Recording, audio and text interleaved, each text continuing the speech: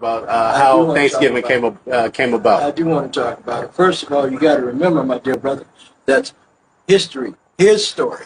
It's It's not our story. When they proclaimed Thanksgiving, it was in Mystic, Connecticut, a tribe of Indian people, the Pequots, that were thriving and surviving. But shortly after, we taught these white people how to farm and how to take care of the land and raise food. They got beside themselves. A few years after they started prospering, they decided that they were going to take their women and their children out to a big field and have a cookout celebration. No Indians brought deer. There was never a Thanksgiving dinner with them, according to what they say. Not true.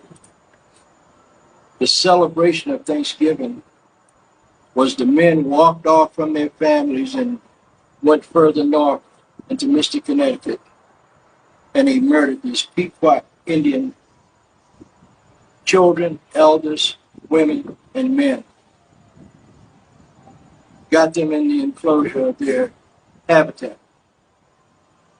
They built forts, per se, but that was only for the protection of their people. And they trapped them in where they couldn't get out, and they set it on fire, and they burned them to death. Then they came back. They were so thankful that they had killed these Indians, but that was the first Thanksgiving, not what you read about in their books.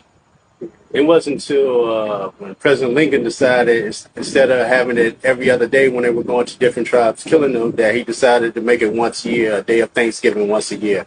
True. But let me tell you about President Lincoln. Because Indians, the Dakota, and Nakota Indians wouldn't give up. These are the people from Minnesota, North Dakota, South Dakota, up in that area. They were fighting, and they captured in excess of 200 of them. And they wanted to hang them all.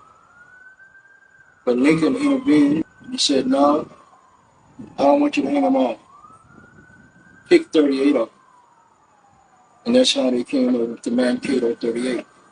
That was the largest mass hanging ever